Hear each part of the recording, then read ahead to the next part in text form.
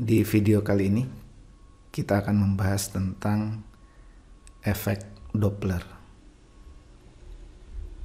Kalau kita berdiri di pinggir jalan,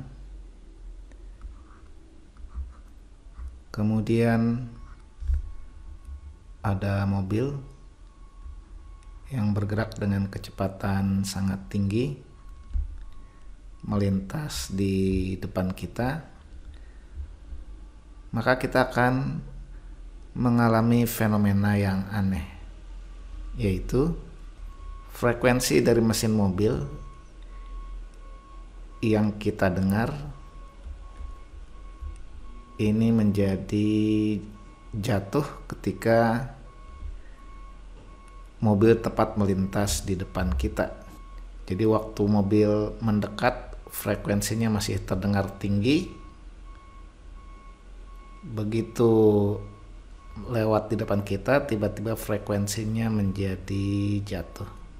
Kurang lebih bunyinya meong gitu ya.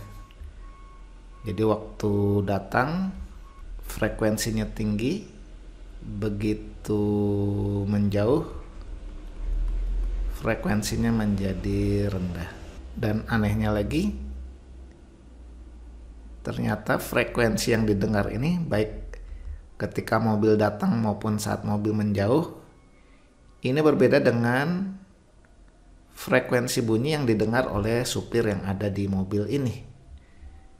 Si supir akan mendengar bunyi dengan frekuensi yang lebih rendah dari frekuensi yang didengar pendengar ketika mobil datang, tapi lebih tinggi dari frekuensi yang didengar oleh pendengar ketika mobil menjauh. Ini kita sebut dengan frekuensi sumber. Nah, untuk lebih jelasnya, coba perhatikan demonstrasi berikut.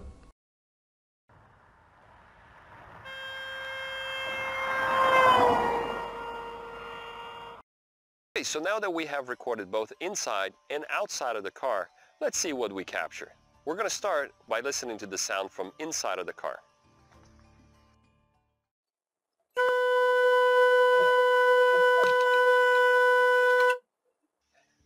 And now let's listen to the sound from outside of the car.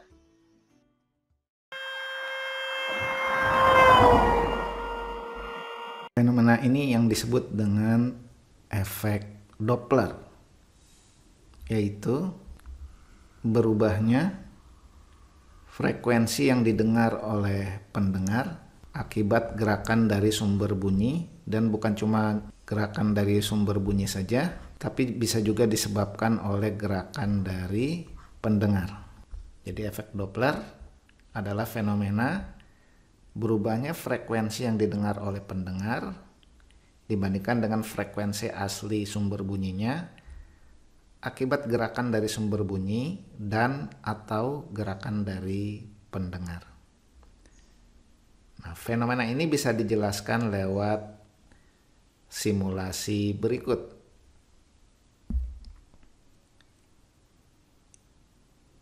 Ini ada sumber bunyi memancarkan bunyi. Di sini ada pendengar. Nah, ketika sumber bunyinya diam, maka frekuensi yang didengar pendengar sama dengan frekuensi asli yang dihasilkan sumber bunyi. Kita lihat di sini. Frekuensi yang didengar oleh pendengar akan sama dengan frekuensi asli yang dihasilkan oleh sumber bunyi. Akan tetapi, ketika sumber bunyinya bergerak mendekati pendengar, yang terjadi adalah pendengar akan merasakan gelombang bunyi dengan muka gelombang yang lebih rapat. Nah, muka gelombang yang lebih rapat itu berarti panjang gelombangnya lebih kecil. Nah, panjang gelombang lebih kecil ini berarti frekuensinya lebih besar. Karena cepat rambat gelombang di bunyi di udara yang sama dengan frekuensi kali panjang gelombang itu nilainya konstan. Nah, di sini terlihat muka gelombangnya lebih rapat berarti panjang gelombangnya lebih kecil, berarti frekuensinya lebih besar. Sebaliknya ketika sumber bunyi bergerak menjauhi pendengar, kita lihat muka gelombangnya menjadi lebih renggang. Lebih renggang berarti panjang gelombangnya lebih besar. Nah, karena cepat lambat bunyi di udara konstan yang sama dengan frekuensi kali panjang gelombang, berarti frekuensinya lebih kecil. Nah, inilah sebabnya ketika sumber bunyi bergerak mendekati pendengar, pendengar akan mendengar bunyi dengan frekuensi lebih tinggi dari frekuensi asli sumber. Tapi ketika sumber bunyi bergerak meninggalkan pendengar, maka pendengar akan mendengar bunyi dengan frekuensi lebih rendah. Nah, berapa persisnya frekuensi yang didengar oleh pendengar? Itu bisa dicari lewat formula berikut. Fp sama dengan V plus minus Vp per V plus minus Vs kali Fs. Dengan Vp adalah frekuensi yang didengar pendengar. V ini adalah cepat rambat bunyi di udara yang besarnya sekitar 340 meter per sekon. Sama dengan ini juga cepat rambat bunyi di udara. Kemudian Vp ini adalah kecepatan gerak dari pendengar, dan Vs ini adalah kecepatan gerak dari sumber bunyi, dan Fs di sini adalah frekuensi asli yang dihasilkan oleh sumber bunyi. Nah, di sini ada tanda plus minus yang menunjukkan bahwa tandanya bisa plus atau bisa minus bergantung kasusnya, baik untuk kecepatan pendengar maupun kecepatan sumber bunyi. Nah, bagaimana cara menentukan tandanya plus atau minus? Itu bisa ditentukan sebagai berikut. Untuk gerak sumber bunyi, kalau dia mendekat,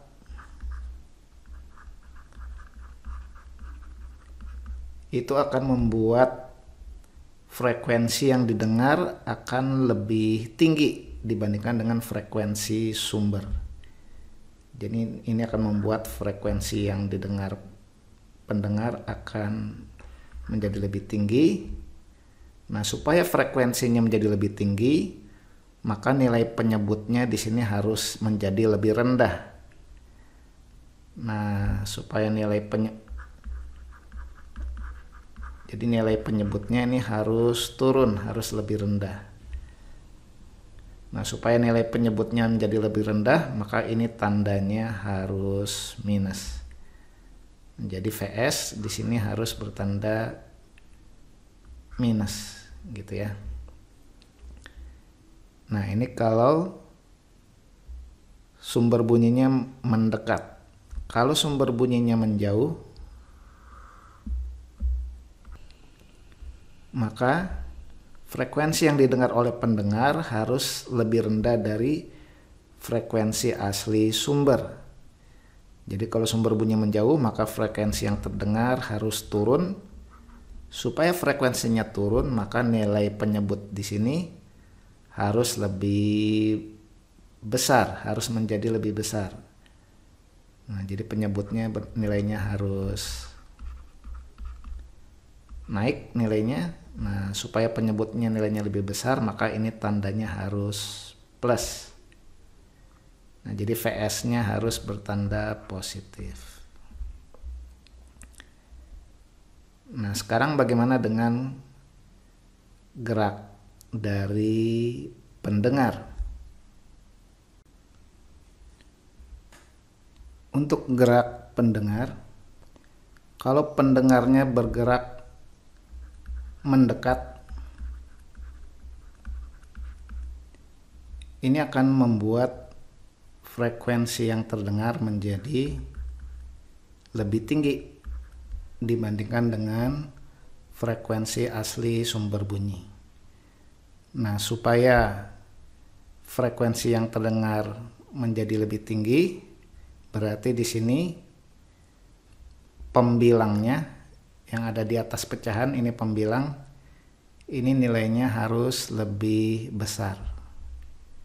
Nah, jadi pembilangnya akan bernilai lebih tinggi.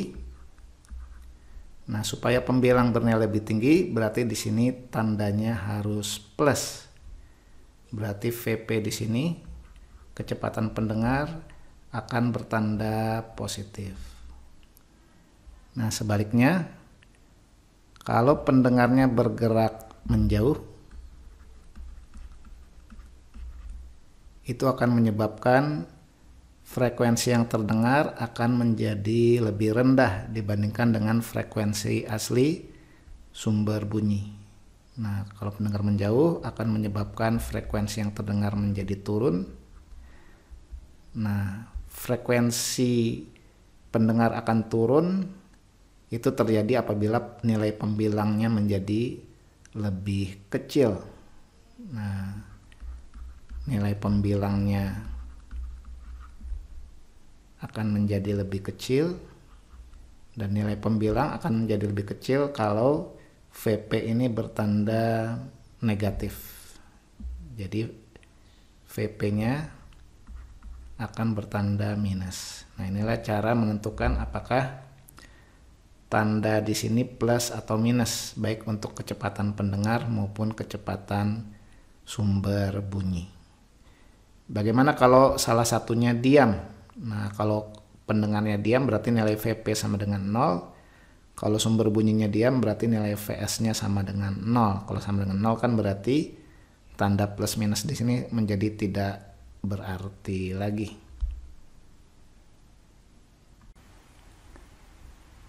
Sekarang perhatikan contoh soal berikut. Kata soal, sebuah bus bergerak dengan kelajuan 20 meter per detik sambil membunyikan klakson dengan menghasilkan frekuensi 960 Hz. Seorang pengendara motor di depan bus bergerak dengan kelajuan 10 meter per detik searah dengan bus.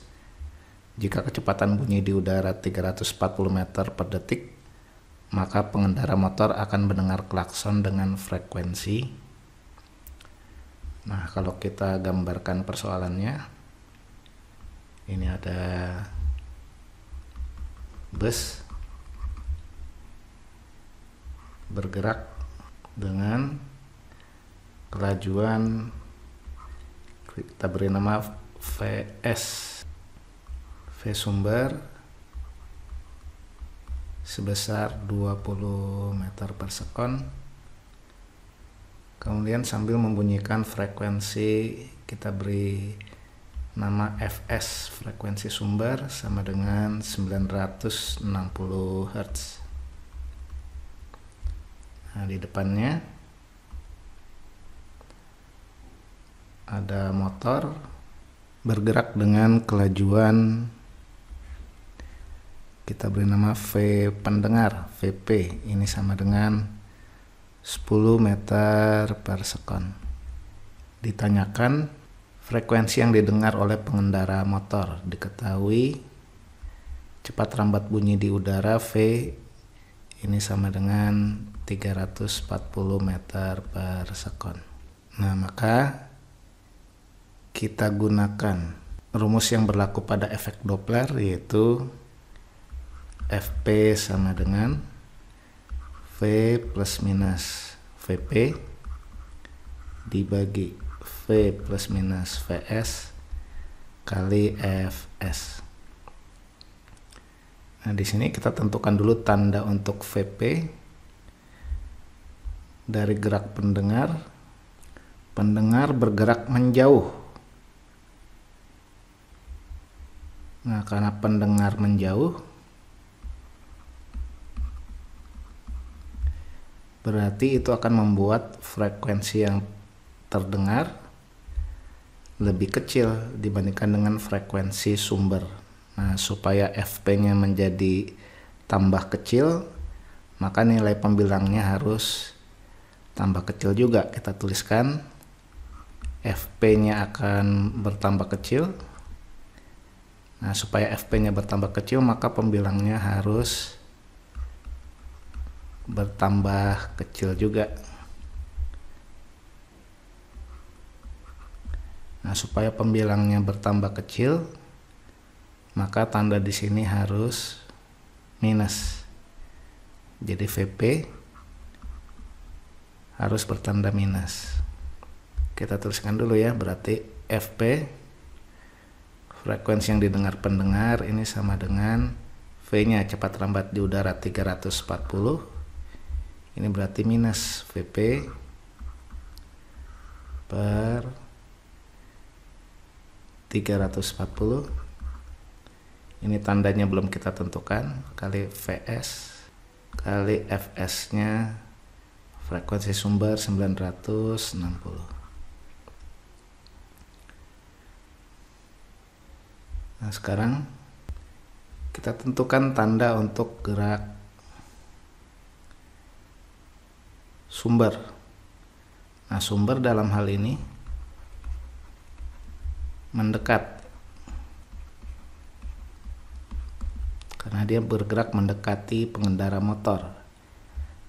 Karena sumber mendekat, maka gerakannya akan mengakibatkan frekuensi terdengar menjadi lebih tinggi dibandingkan frekuensi sumber.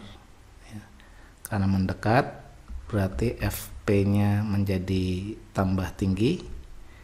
Supaya FP-nya tambah tinggi, maka penyebutnya harus tambah kecil, harus berkurang nilainya. Nah, berarti penyebut ini nilainya harus tambah kecil. Nah, supaya penyebutnya harus tambah kecil, berarti di sini tandanya harus minus ya, berarti VS di sini diberi tanda minus. Nah, setelah kita bisa tentukan tanda VP dan VS di sini, berarti ini juga minus gitu ya. Berarti tinggal kita masukkan nih nilainya, berarti sama dengan 340 dikurang VP-nya adalah 10 dibagi 340 dikurang VS-nya adalah 20 dikali 960 sama dengan 340 kurang 10 330, 340 kurang 20 320 dikali 960. Nah, ini dibagi 31 dibagi 321 bagi 323 berarti sama dengan 990 Hz. Berarti jawabannya yang D.